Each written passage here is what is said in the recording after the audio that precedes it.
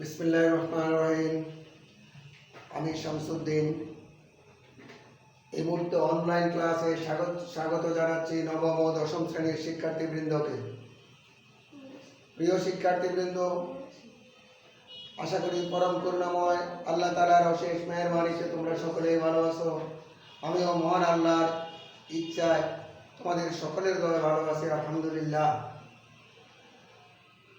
আজ আমরা অধ্যায় 5 পদার্থের অবস্থা ও চাপ হতে পদার্থবিজ্ঞান বিষয়ের একটি সৃজনশীল প্রশ্ন আলোচনা করব। প্রশ্নটি তোমরা দেখে নাও। এ ও বি দুইটি পাত্রে দুই ধরনের তরল আছে। এ পাত্রের তরলের ঘনত্ব 800 কেজি মিটার পার কিউব এবং বি পাত্রের তরলের ঘনত্ব 1260 কেজি পার মিটার কিউব। এ পাত্রে তরলের গভীরতা 70 সেন্টিমিটার। 300 গ্রাম ভরের একটি বস্তুকে এই পাত্রের তরলে ছেড়ে দিলে উহা 2 নিউটন ওজন হারায়। এবার প্রশ্নগুলো: ঘনত্ব কাকে বলে? বস্তু কঠিন থেকে তরলে রূপান্তরিত হওয়ার সময় তাপ প্রদান করা হলেও তাপমাত্রা বৃদ্ধি পায় না কেন?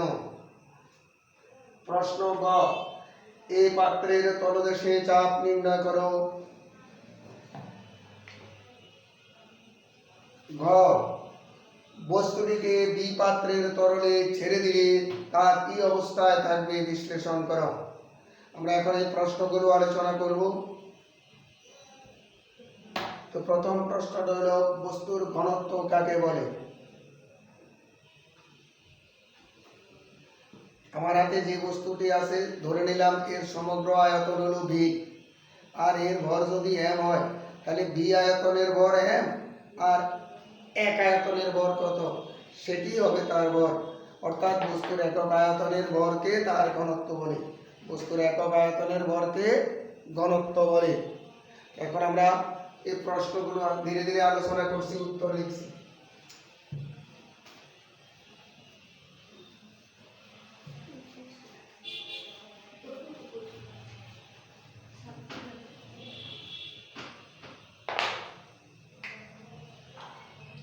প্রথম প্রশ্নটা হলো, বস্তুর ঘনত্ব কাকে বলে? বস্তুর একক আয়তনের ভরকে বস্তুর উপাদানের ঘনত্ব বলে। আমরা লিখে নিচ্ছি।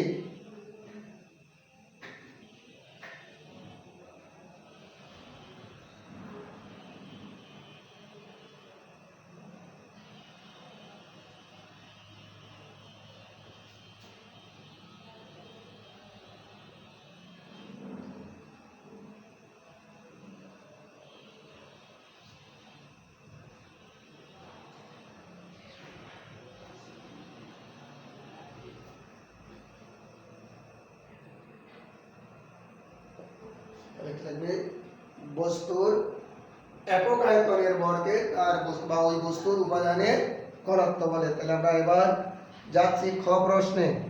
খ প্রশ্নটি হলো আমাদের, যে বস্তু কঠিন থেকে তরল অবস্থায় রূপান্তরিত হওয়ার সময়, বস্তু কঠিন থেকে তরল অবস্থায় যখন রূপান্তরিত হতে থাকে, তখন আমরা তাপ যদি দিতে থাকি বা তাপ দেওয়া হলেও তাপমাত্রার পরিবর্তন কিন্তু হচ্ছে না, অর্থাৎ তাপমাত্রা বৃদ্ধি পায় না কেন?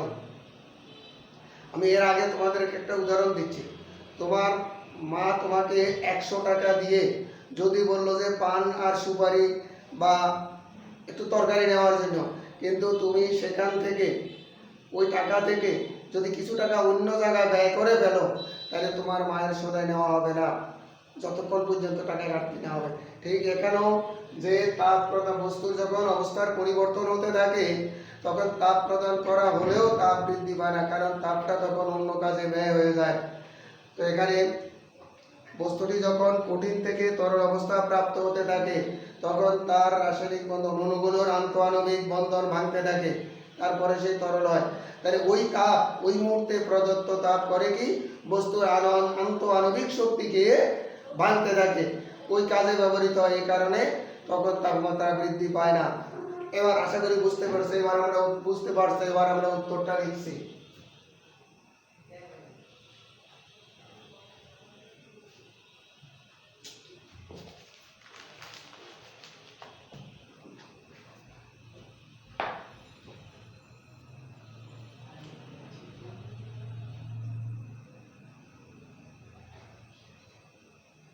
বস্তু কঠিন থেকে তরল অবস্থায়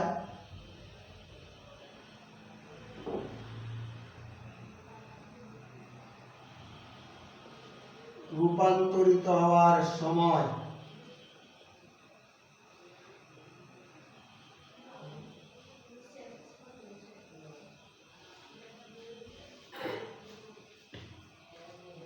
তাপ প্রদান করা হলেও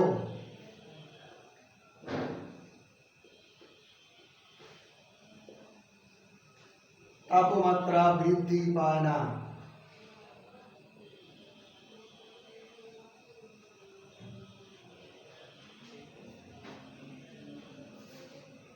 কারণ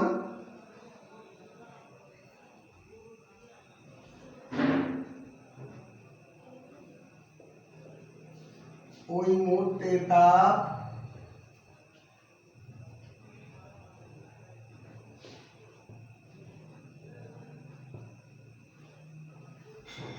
আন্তঃআণবিক বন্ধন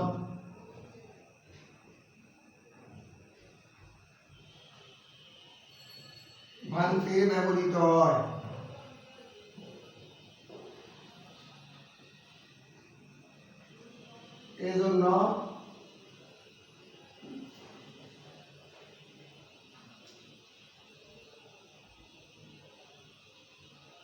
এজন্য তাপমাত্রা বৃদ্ধি পায় না।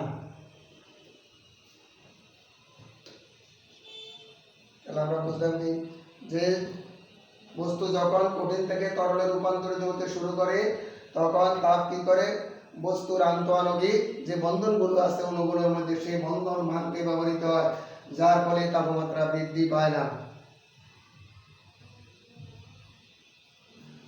এবার আমরা তৃতীয় প্রশ্নটায় যাচ্ছি, যেটা হলো এ পাত্রের তলদেশে চাপ নির্ণয় করতে হবে।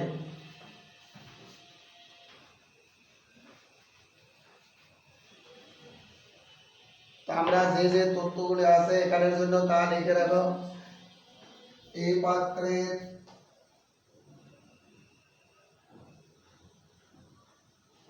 পাত্রের তরলের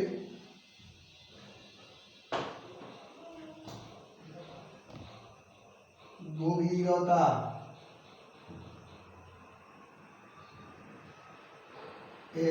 সমান 70 সেন্টিমিটার সমান মিটার ভিতরে 100 সেন্টিমিটারে 1 মিটার। এবার মিটার হয়ে গেল, একটা শূন্য কাটে দিলাম আর 10 দ্বারা ভাগ, 10 এর একের সাথে একটা শূন্য, তাহলে একবার বামে দশমিক দিলে ভাগ হয়ে যাচ্ছে, তাহলে আসছে একবার বামে অর্থাৎ 0.7 মিটার। এবার এই পাত্রের তরলের ঘনত্ব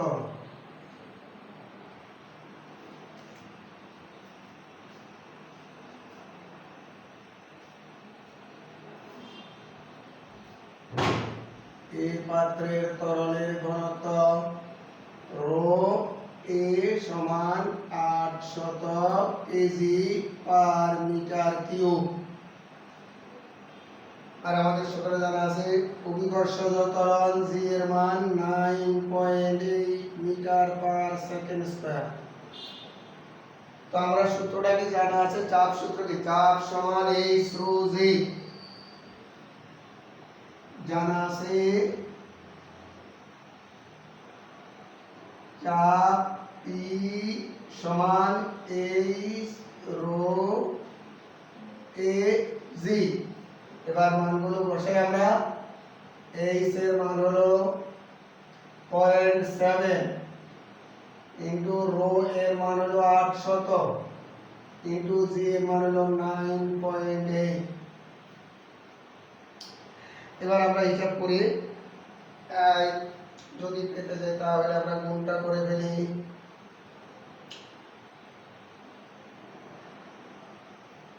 ক্যালকুলেটরটা ব্যবহার করলে আমরা গুণটা পেয়ে যাব 5488 5488 চাপের একক প্যাসকেল। তাহলে আমাদের গড়টা হয়ে গেল।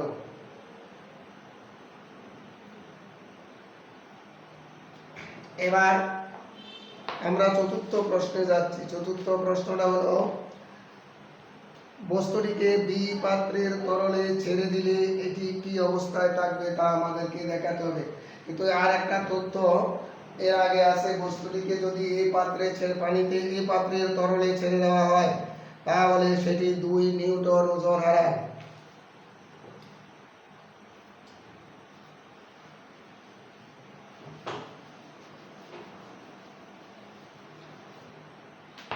আমরা জানি কোন বস্তু কোন তরলে ভাসা বা ডুবার ক্ষেত্রে যদি বস্তুর ঘনত্ব তরলের ঘনত্বের চেয়ে বেশি হয় তাহলে বস্তুটি ডুবে যাবে, আর যদি বস্তুর ঘনত্ব তরলের ঘনত্বের চেয়ে কম হয় তাহলে বস্তুটি ভাসবে, আংশিক ডুবন্ত অবস্থায় ভাসবে।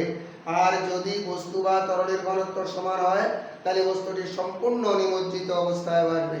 তাহলে এখন আমরা বি পাত্রের তরলের ঘনত্ব আছে, এখন আমরা যদি বস্তুটির ঘনত্ব বের করতে পারি তবে আমরা বুঝতে পারবো সেটি বি পাত্রের তরলে কি অবস্থায় থাকবে। তাহলে এখন আমরা বস্তুটির ঘনত্ব নির্ণয় করতে যাব।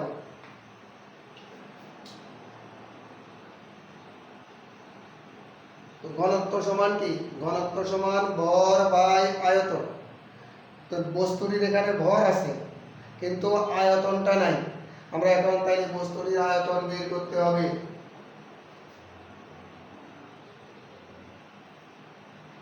প্রদত্ত বস্তুর ভর m সমান 300 গ্রাম, একে যদি আমরা কেজি 1000 দ্বারা ভাগ করি তাহলে আসবে 0.3 কেজি।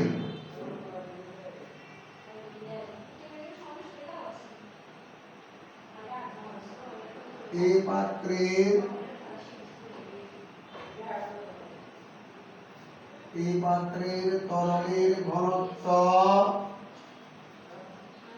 রো এ সমান 800 কেজি পার মিটার কিউব। আর বলা আছে এই পাত্রে বস্তুটির হারানো ওজন কত? 2 নিউটন। এই পাত্রের তরলের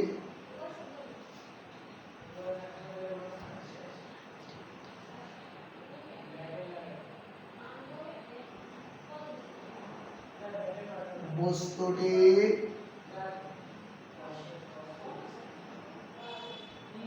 হারানো ওজন W সমান 2 নিউটন।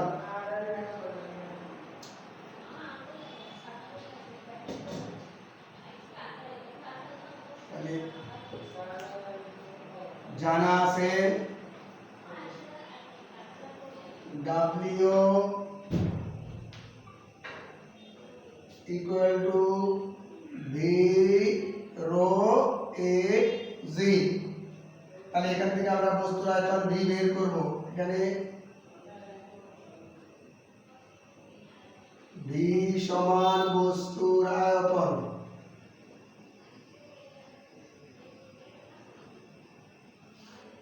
और V समान W डिवाइडेड बाय रो ए जी समान W হলো 2, রো এ হলো 800, জি হলো 9.8।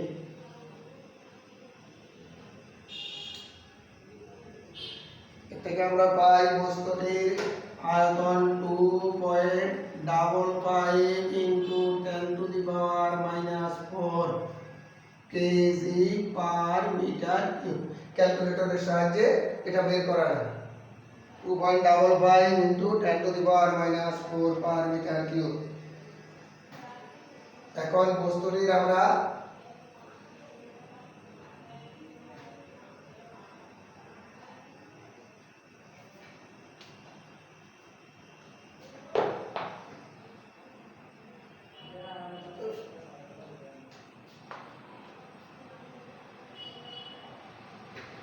এখন বস্তুটির ঘনত্ব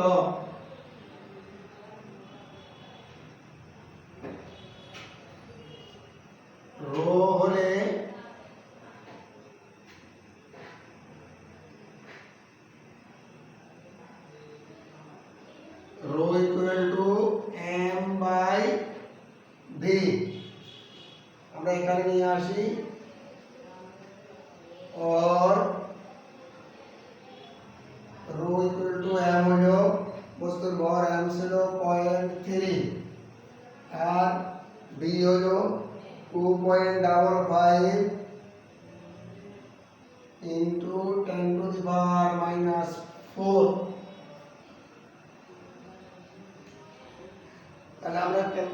করলে পাবো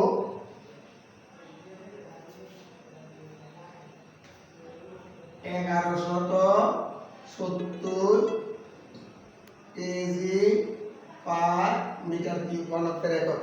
তাহলে আমরা বস্তুটির ঘনত্ব পেলাম 1170 কেজি পার মিটার কিউব, কিন্তু দেওয়া আছে বি পাত্রের তরলের ঘনত্ব 1260 KG per metre cube.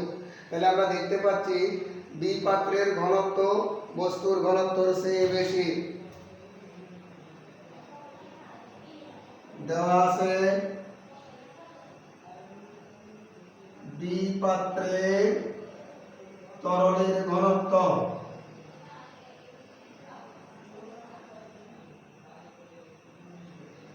1260 KG per metre cube, যা বস্তুর ঘনত্ব অপেক্ষা বেশি।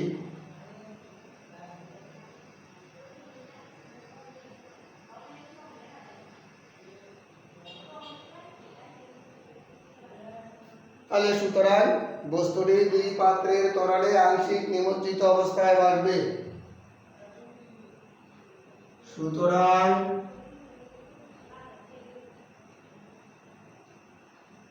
বস্তুটি দুই পাত্রের তরলে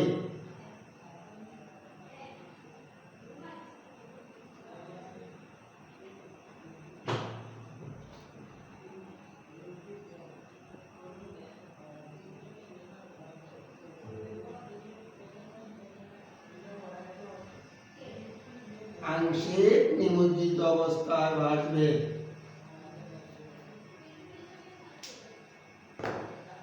আজকের মতো আমাদের আলোচনা এখানেই শেষ। সবাই ভালো থাকো, সকলের সুস্বাস্থ্য কামনা করি। ঘর থেকে আশা করি বের হবে না বিনা প্রয়োজনে, আর যদি প্রয়োজনে বের হতে হয় তাহলে অবশ্যই মাস্ক ব্যবহার করবে। ধন্যবাদ সকলকে। আল্লাহ হাফেজ।